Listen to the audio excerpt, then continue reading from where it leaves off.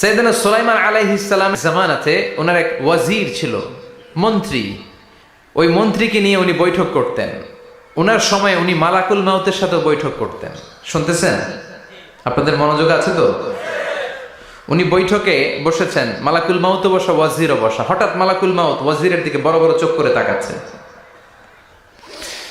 বড় বড় চোখ করে তাকানোতে ওয়াজির ভয় পেয়েছে। হঠাৎ মালাকুল মাউত চলে গেল। ওয়াজির বলে, ও সুলাইমান আলাইহিস সালাম, এই যে লোকটা বড় বড় চোখ করে আমার দিকে তাকালো, এটা কে?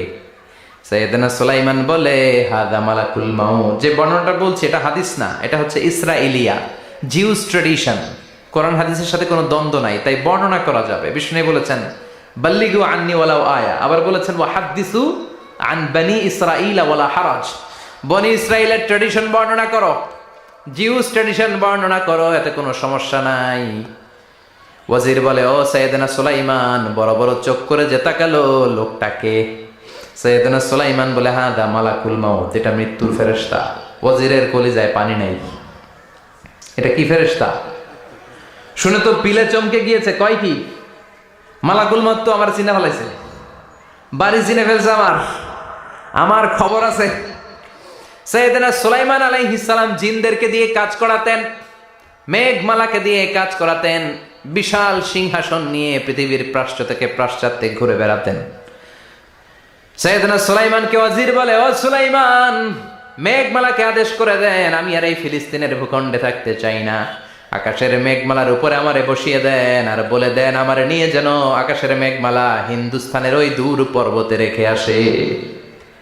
আকসা আল হিন্দ, হিন্দের সবচেয়ে দূরবর্তী জায়গায় যেন আমার রেখে আসে। সাইয়েদনা সুলাইমান বললেন, আকাশের মেঘ যাও, আমার ওয়াজিরকে নিয়ে হিন্দুস্তানের একটা উপদ্বীপে রেখে আসো। রেখে আসা হলো। কিছুক্ষণ পর মালাকুল মাউত সাইয়েদনা সুলাইমানের কাছে হাজির। সাইয়েদনা সুলাইমান বললেন, ও মালাকুল মাউত, কই ছিলা? কই, একটু আগে হিন্দুস্তান থেকে আপনার ওয়াজিরের রুহু কবজ করে আসছি। সুবহানাল্লাহ পড়েন। এটা আবার কেমন কথা, তুমি ওইখানে গেলা কেন? কয়, রব্বুল আলামিন কিছুক্ষণ আগে আমার কাছে পায়গাম পাঠিয়েছে, যাও সাইয়েদনা সুলাইমানের ওয়াজিরের রুহুটা কবজ করো। কবজ করার জায়গা হলো হিন্দুস্তানের উপদ্বীপ। কোন জায়গায়? মালাকুল মাউত এসে দেখে সুলাইমান নবীর সাথে মিটিং করে। ওয়াজির কার সাথে মিটিং করে? সুলাইমান নবীর সাথে। কিন্তু ফরমানে লেখা রুহু কবজ করতে হবে কোথায়? হিন্দুস্তানে। সুবহানাল্লাহ কইবেন না? এই জন্য বড় বড় চোখ করে আমি তাকিয়েছি, আর মনে মনে ভাবলাম, টাইম তো নাই, কারণ মৃত্যু তো অন টাইমে হতে হয়, এখনই ওর রুহু কবজ করতে হবে। কেমন করে ওইখানে যাবে আমি জানি না, আমি আগে চলে যাই। মালাকুল মাউত চলে গেল, যে দেখে ওই জায়গায় ওয়াজিরও হাজির। সাথে সাথে রুহু কবজ করে আল্লাহর কাছে চলে গিয়েছে। পড়েন সুবহানাল্লাহ। এজন্য আল্লাহ বললেন, মালাকুল মাউত আমি নির্ধারণ করে দিয়েছি, পৃথিবীর প্রতিটি মানুষ মালাকুল মাউতকে দেখবে, চাক্ষুষ দেখবে, ভালো হলেও দেখবে, খারাপ হলেও দেখবে। কার কথা? ভালো মানুষ যদি হয়, আল্লাহওয়ালা যদি হয়, ইসলাম প্রিয় যদি হয়, ডানপন্থী যদি হয়, মৃত্যুর সময় মালাকুল মাউত আলা সূরাতি শাবিন আলা আহসানি সূরা, একজন যুবকের আকৃতিতে চমৎকার ধবধবে সাদা একটা জুব্বা পরে, জান্নাত থেকে জান্নাতি কাফন নিয়ে, হানুত মিন হানুতিল জান্নাত, জান্নাতের সুগন্ধি নিয়ে মুমূর্ষু রোগীর মাথার সামনে এসে বসে যায়, আর দেহটার ইঙ্গিত করে বলে, ইয়া আইয়াতুহান নাফসুত তাইয়্যিবা, ও পবিত্র আত্মা। আরেক বর্ণনায় এসেছে, ইয়া আইয়াতুহান নাফসুল মুতমাইন্নাহ, ও প্রশান্ত আত্মা, উখরুজি ইলা মাগফিরাতিম মিনাল্লাহ, আল্লাহর ক্ষমার দিকে বের হয়ে আসো। উখরুজি ইলা মাগফিরাতিম মিনাল্লাহি ওয়া রিদওয়ান, আল্লাহর ক্ষমার সন্তুষ্টির দিকে রুহুটা বের হয়ে আসো। স্মুথলি বলার সাথে সাথে মুমিনের দেহ থেকে রুহুটা বের হয়ে আজরাইলের হাতে চলে যায়। স্মুথলি বলার সাথে সাথে স্বাচ্ছন্দ্যে, আনন্দে মুমিনের দেহ থেকে রুহুটা সা করে বের হয়ে মালাকুল মাউতের হাতে এসে পড়ে। পড়েন সুবহানাল্লাহ। আল্লাহ এমন মৃত্যু তুমি আমাদের নসিবে রেখে দিও, চিৎকার করে পড়েন আমিন।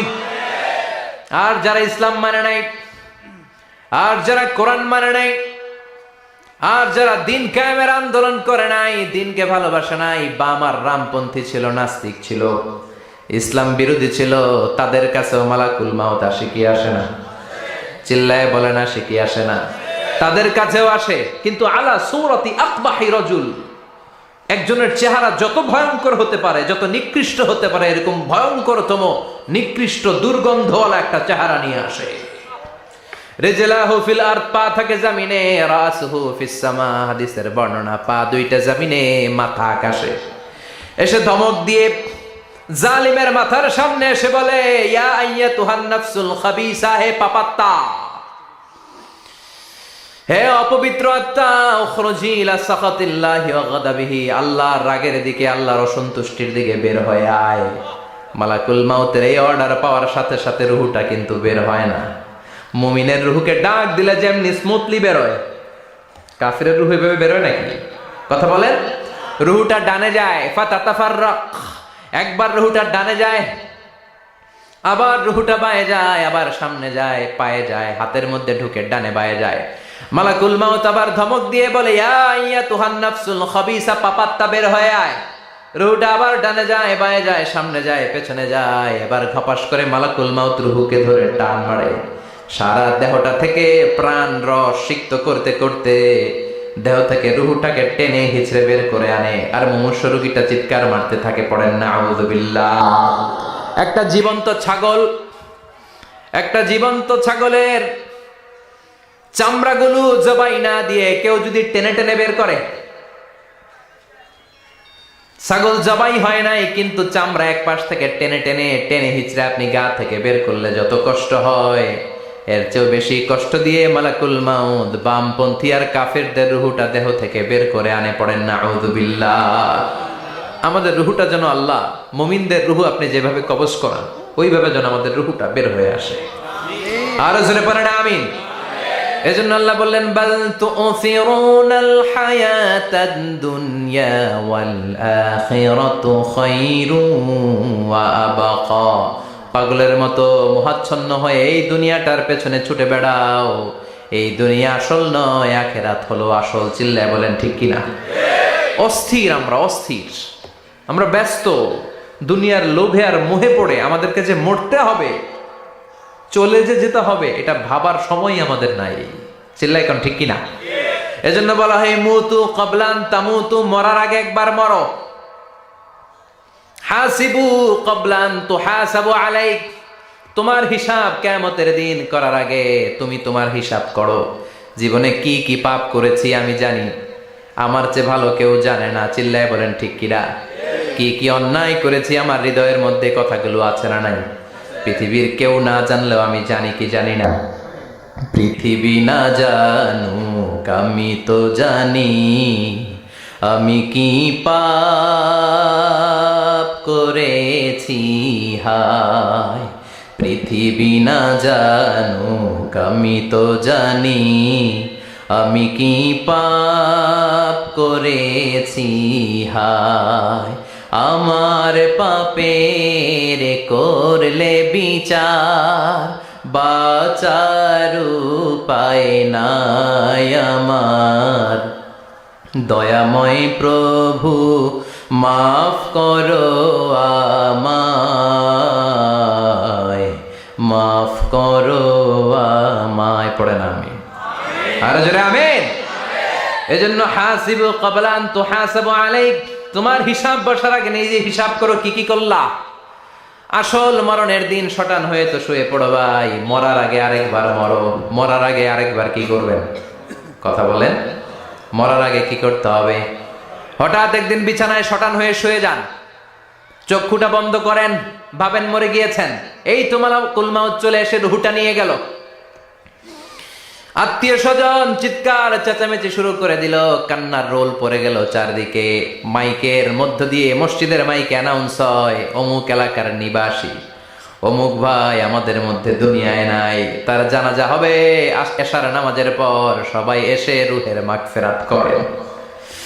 সবাই আপনারে দেখতে আসবে, কেঁদে কেঁদে লোকজন আপনারে কবর দিতে আসবে। চিল্লায় বলেন ঠিক কিনা? কেঁদে কেঁদে সবাই আসবে, দেখার জন্য আসবে। ছেলেগুলো কাঁদবে, স্ত্রী কাঁদবে, বাবা মা কাঁদবে, বন্ধু বান্ধব কাঁদবে। আর ঘরের মধ্যে রাখা হবে না। এবার আপনাকে গোসল দেওয়ার পালা। চক্ষু বন্ধ করে চিন্তার দরকার আছে না নাই? কথা বলেন। হঠাৎ করে হঠাৎ করে শুনবি একদিন আমার মৃত্যুর খবর, কেঁদে কেঁদে আসবে সবাই দিতে আমায় কবর, দিতে আমায় কবর। ঠিক কি না? একটু চোখটা বন্ধ করে ভাবেন, আপনাকে গোসল দেয়া হবে, জামাগুলো খোলা হবে, এত টাকা দিয়ে যে দামি গোসলখানা টাইলস লাগিয়ে ঘরে বানালেন, আপনার শেষ গোসলটা কি ওই দামি গোসলখানায় হবে? লাশ যেখানে ধোয়া হয় ওই জায়গায় ধোয়া হবে, আপনাকে কাফন পরানো হবে, আপনার কলিজার টুকরা ছোট বাচ্চাটারে বলা হবে আব্বু দেখে যাও তোমার বাবারে শেষবারের মতো দেখো। আপনার বাবা মা শেষবারের মতো একটা নজর দিয়ে আপনার চেহারাটা দেখে নিবে, বন্ধু বান্ধবরা শেষবারের মতো একবার আপনারে দেখে নিবে, জানাজার জায়গায় নেওয়া হবে। হবে না এই ঘটনাটা আমাদের? হ্যাঁ, হবে কি না? হাজার হাজার মানুষ শেষ বিদায় দেওয়ার জন্য আসবে। 4টা তাকবীর দিয়ে ইমাম নামাজ শুরু করবে, আল্লাহু আকবার, আল্লাহু আকবার, আল্লাহু আকবার, আল্লাহু আকবার বলে নামাজ শুরু করবে। নামাজ শেষ, এবার পালকিতে করে কবরে যাওয়ার পালা। আহা, যেতেই হবে, যেতেই হবে। পালকিতে করে লোকজন নিতে শুরু করবে।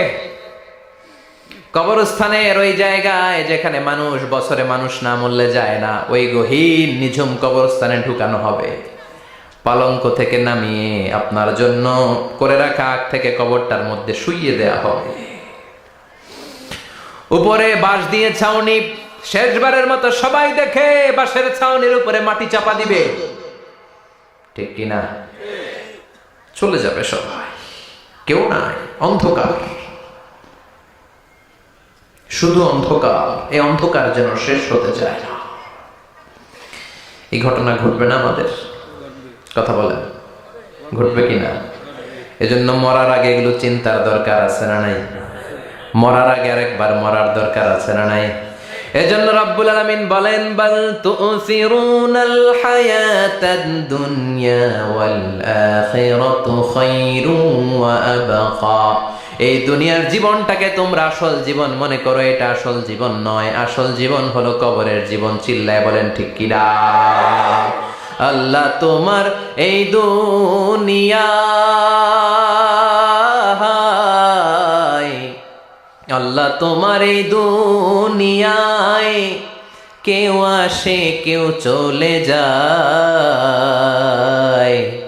তবু তোমার ভয়ে কারো কাঁদে না হৃদয়। এই দুনিয়াতে আমার বদলে গেল মন, চারিদিকে দেখি শুধু সুখেরই স্বপন। ভাবলো না মন আল্লাহ ছাড়া,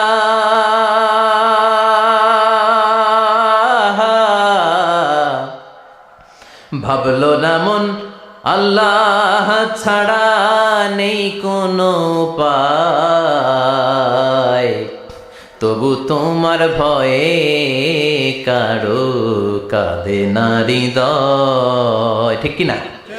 আসে আর চলে যায়। প্রতিদিন মাইকে অ্যানাউন্স শুনি, অমুক এলাকার অমুক লোক নাই, দাদা গেল, বাবা গেল, বড় ভাই গেল, আত্মীয় স্বজন গেল, আমাকেও যেতে হবে, এই চিন্তা মাথায় নাই। চিল্লায় এখন ঠিক কিনা?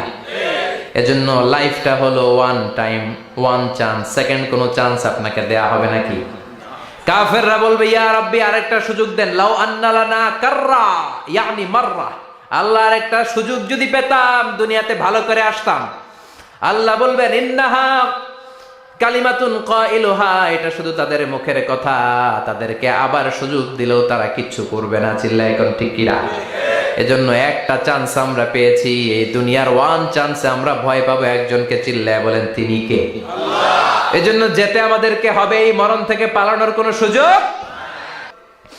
আখিরাতে একটার পরে একটা অনেকগুলো স্টেশন আপনাকে পার হতে হবে। প্রথম স্টেশনটার নাম হলো কবর।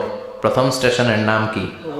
এই কবর নামক স্টেশনে যদি আপনি মাফ পেয়ে যান, সামনের সব স্টেশনগুলোতে মাফের ব্যবস্থা করবে কে? আল্লাহ। আর কবর নামক স্টেশনে যদি ধরা খেয়ে যান, আপনার মায়ের আছে না নাই? লাশটাকে যখন রাখা হয়, লাশটা চিনে কে আমারে রাখলো, কে আমাকে ধৌত করলো, কে আমারে কাফন পড়ালো। এজন্য বিষ্ণুই বলেছেন, মুমূর্ষের সামনে বসে বসে পড়ো লা ইলাহা ইল্লাল্লাহু মুহাম্মাদুর রাসূলুল্লাহ। লাকিনু মাউতাকুম লা ইলাহা ইল্লাল্লাহ। মুমূর্ষের সামনে দাঁড়িয়ে দাঁড়িয়ে পড়ো লা ইলাহা ইল্লাল্লাহ।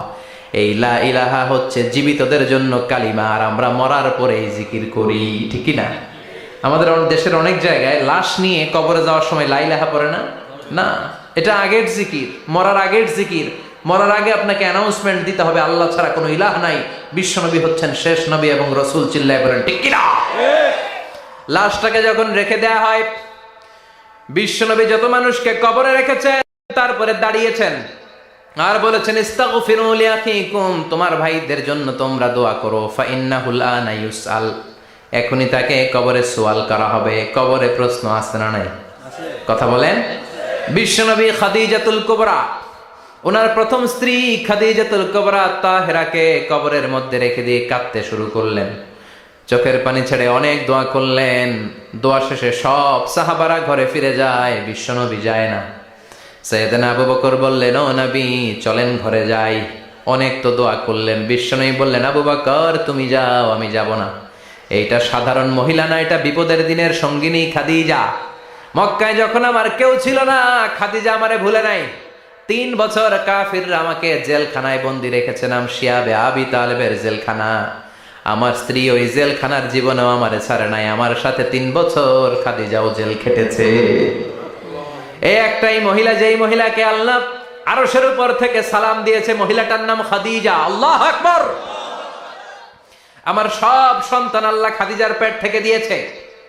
ফাতেমাতুজ জোহরা খাদিজার মেয়ে, জাইনাব খাদিজার মেয়ে, উম্মে কুলসুম খাদিজার মেয়ে, রুকাইয়া খাদিজার মেয়ে, আবুল কাসেম বিশ্বনবীর ছেলে খাদিজার ছেলে, আব্দুল্লাহ যাকে তাইয়্যিব এবং তাহের নামে আমরা চিনি, সেও খাদিজার ছেলে। সুবহানাল্লাহ। ও আবু বকর, আমার এই কলিজার টুকরা প্রিয়তমা খাদিজারে রেখে দিয়ে কেমনে বাসায় যায়? তুমি যাও, আমি দাঁড়িয়ে থাকবো। এখনই মুনকার নাকির এসে খাদিজারে প্রশ্ন করবে, আমি দেখবো খাদিজা উত্তর দিতে পারে কিনা। আর প্রশ্নের উত্তর যদি ভুল করে ফেলে, কবরের উপর থেকে আমি নিজে প্রশ্নের উত্তর দিয়ে দেব।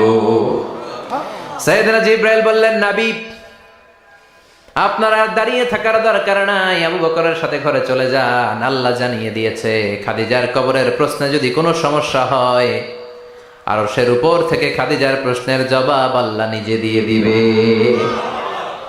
এজন্য কবরের আযাব থেকে বিশ্বনবী পানাহ চেয়েছেন।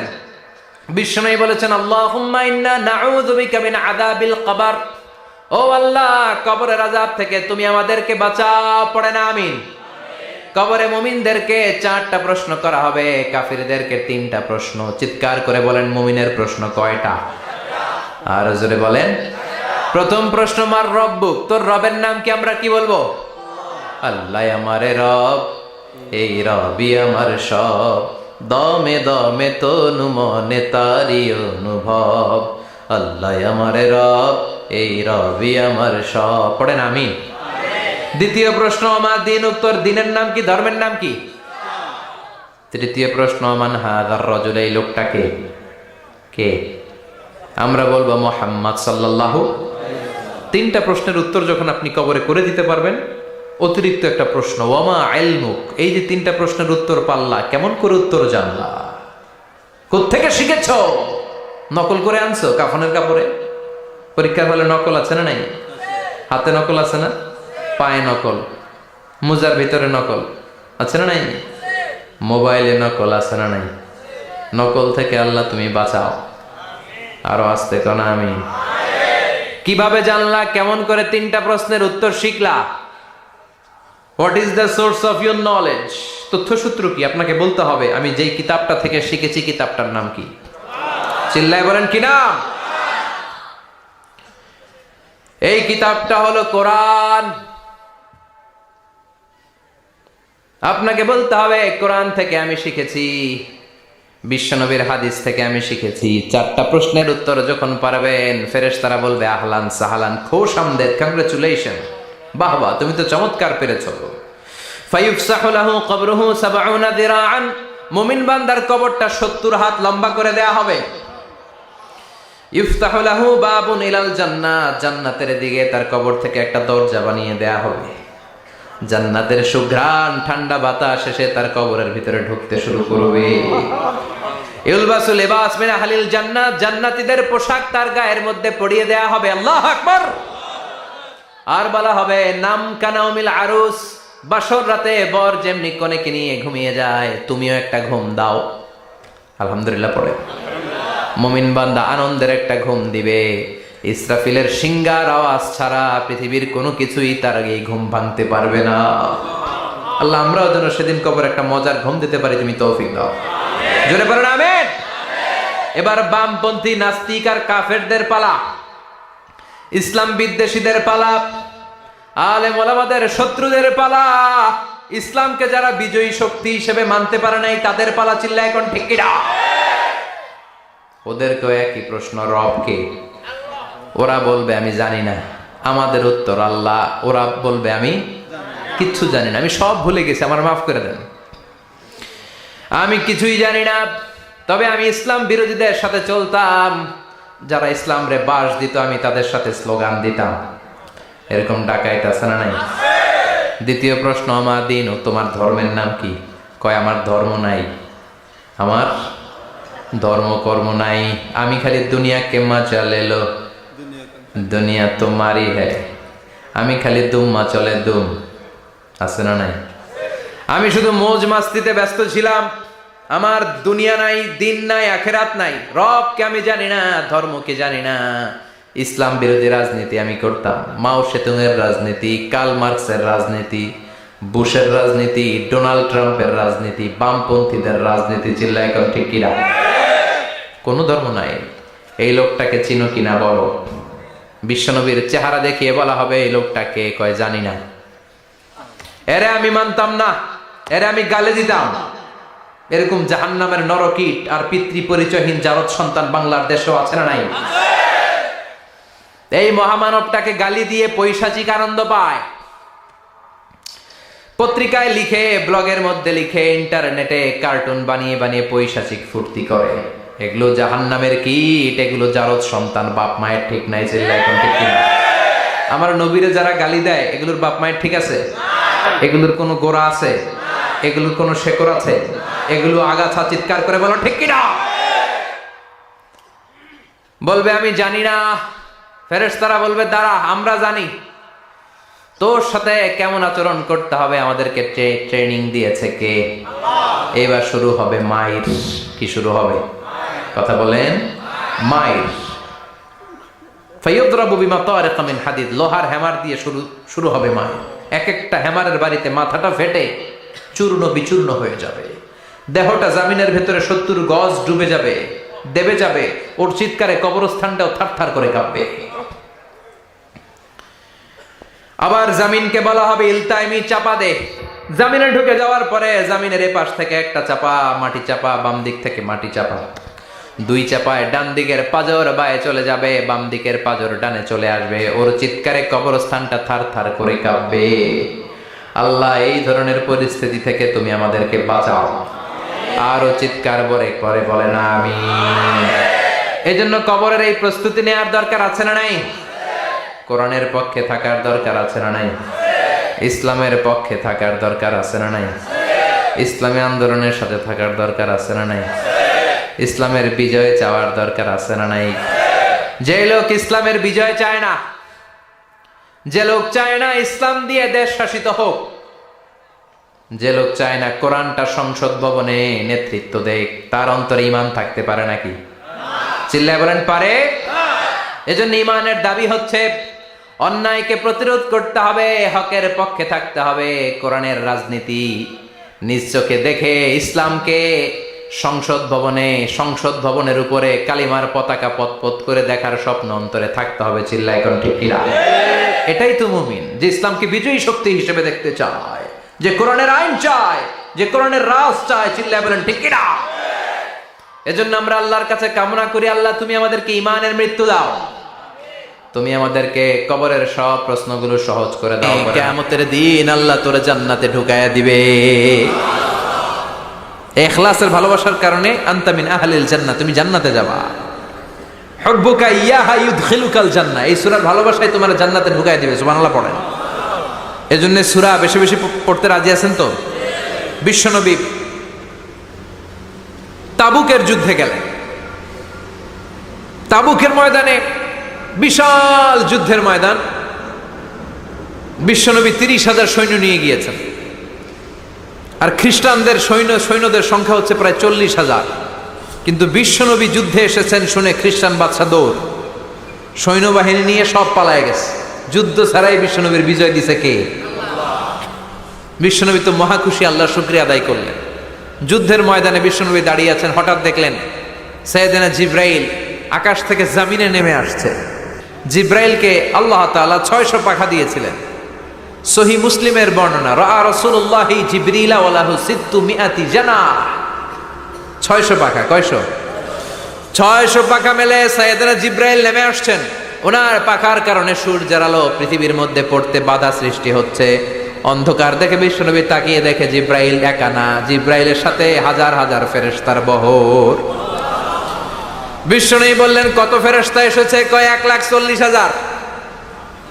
সাইয়েদনা জিব্রাইল বললেন, ও নবী, আপনি যুদ্ধের ময়দানে আল্লাহর শুকরিয়া করেন, আর ওই মদিনাতে আপনার কলিজার টুকরা সাহাবী মুআবিয়া ইবনে মুআবিয়া আল মুজানি একটু আগে শেষ নিঃশ্বাস ত্যাগ করেছে গো নবী।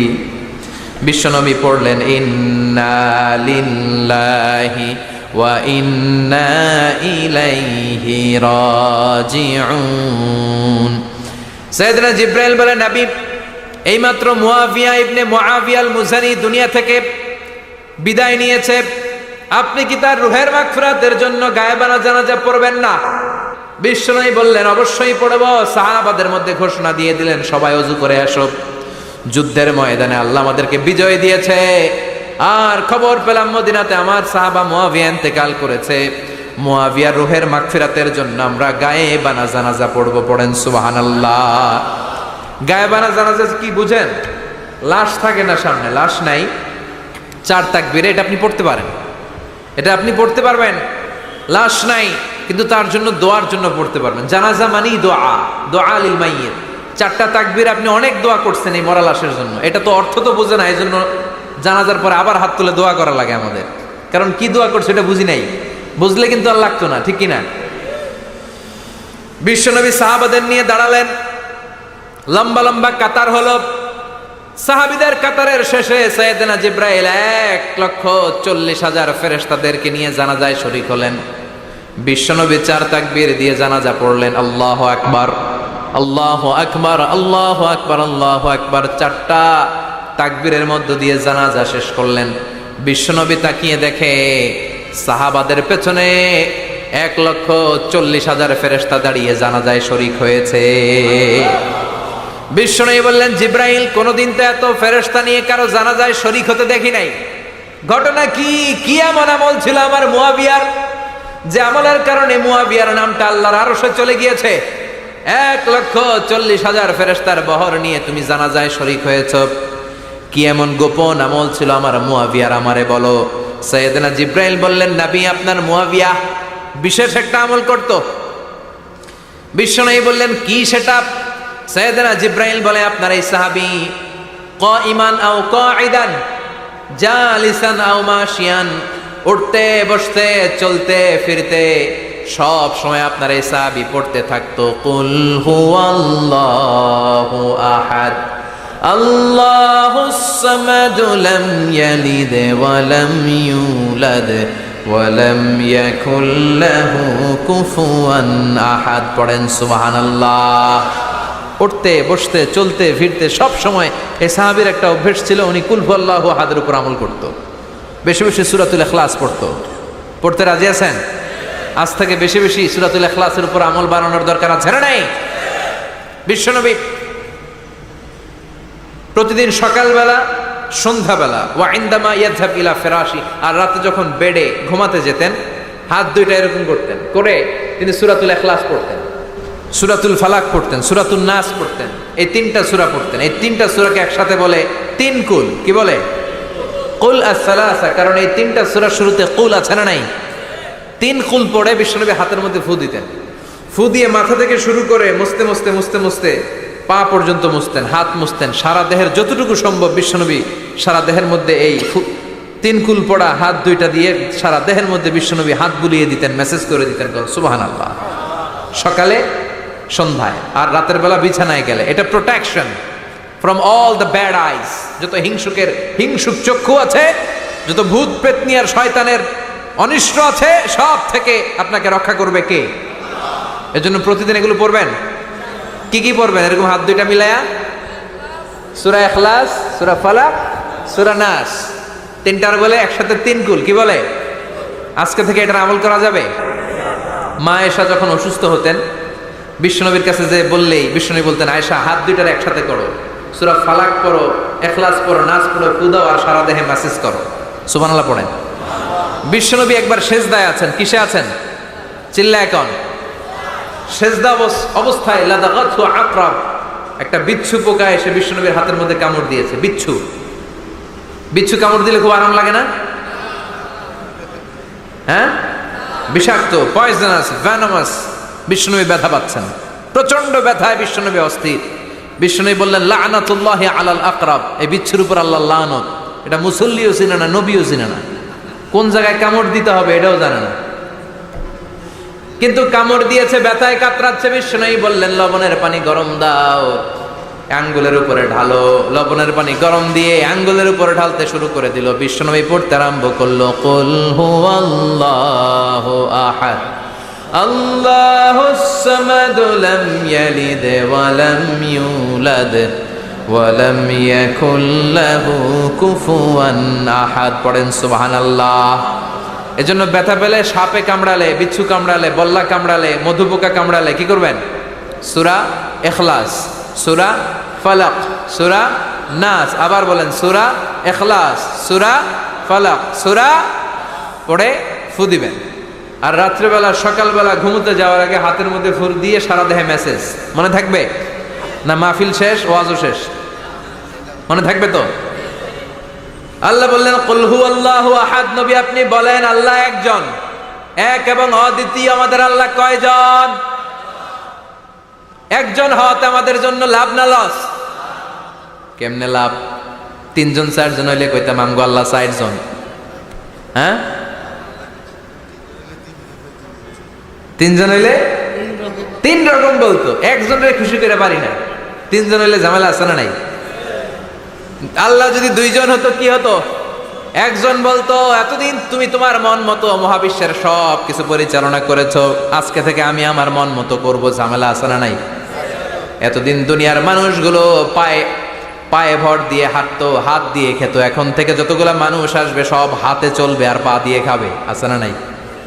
এতদিন যাবত মেয়েরা গর্ভধারণ করতো তোমার নিয়মে, ছেলেরা কামাই করতো, এখন থেকে পুরুষরা গর্ভধারণ করবে, মেয়েরা কামাই করবে। আছে না নাই? এতদিন তুমি পূর্ব দিক থেকে সূর্য উঠিয়েছো, পশ্চিম দিকে অস্ত দিয়েছো, কালকে থেকে আমার নিয়মে পশ্চিম দিক থেকে সূর্য উঠাবো আমি, পূর্ব দিকে অস্ত যাবে। কিলাকিলি আছে না নাই? দুইজনের মধ্যে যদি সংলাপ সমঝোতা না হইতো, মারামারি আছে না? এজন্য আল্লাহ বলেন, লাউ কানা ফীহিমা আলিহাতুন ইল্লাল্লাহু লাফাসাদাতা। মহাবিশ্বে আল্লাহ একজন না হয়ে যদি একাধিক হতো, মহাবিশ্বটা মুহূর্তের মধ্যে ধ্বংস হয়ে যেত। ঠিক কি না? এজন্য আল্লাহ একজন হওয়াতে আমাদের লাভ হয়েছে। তিনজন হইলে তিন রকম কথা কইতো। ঠিক কি না? একজন বলতো, আমারে বেশি ডাকস না কেন, ওরে ডাকস কেন? আল্লাহ তিনজন, খোদা কয়জন?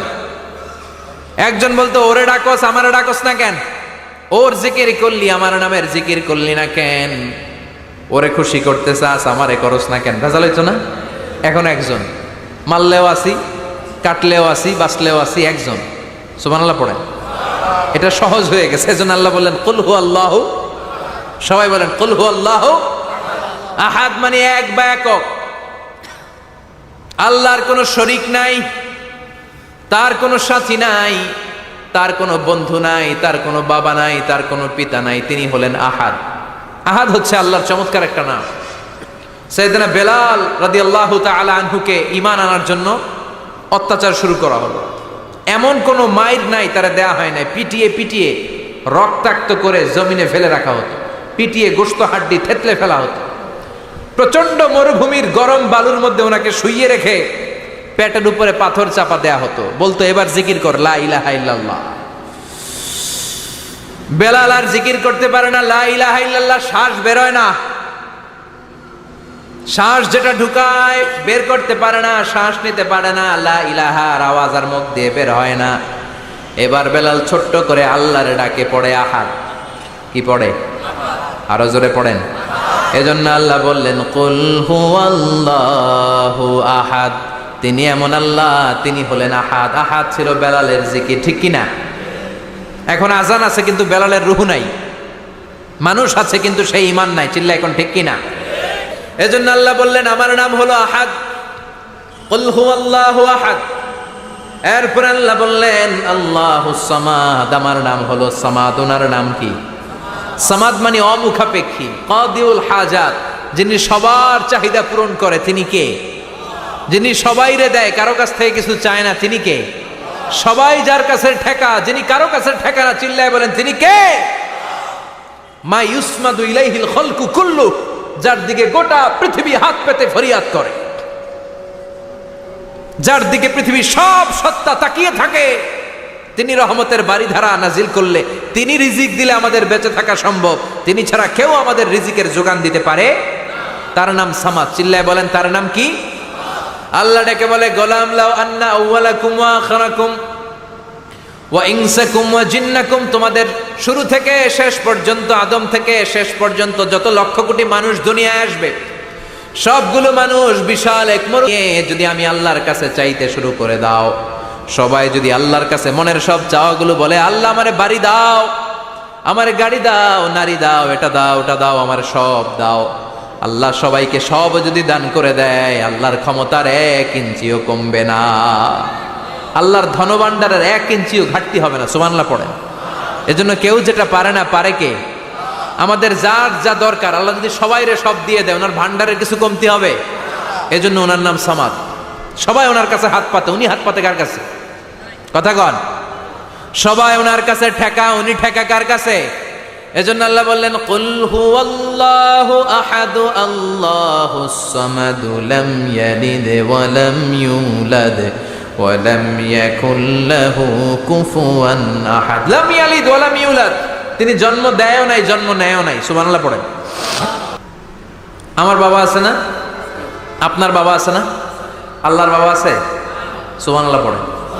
আমাদের ছেলে মেয়ে হয় না? আমাদের কারো ছেলে হয়, কারো মেয়ে হয়। আল্লাহর ছেলে মেয়ে আছে? কথা কন। মক্কার মুশরিকরা বলতো আল মালাইকাতু বানাতুল্লাহ, ফেরেশতারা আল্লাহর মাইয়া। কি কইতো? ফেরেশতারা আল্লাহর মেয়ে। আর বলতো সাইয়েদনা উযার আলাইহিস সালাম আল্লাহর ছেলে, সাইয়েদনা ঈসা আলাইহিস সালাম আল্লাহর ছেলে, ফেরেশতারা হলো আল্লাহর মেয়ে। আল্লাহ বলে ভুল বললি, লাম ইয়ালিদ ওয়া লাম ইউলাদ। সুবহানাল্লাহ।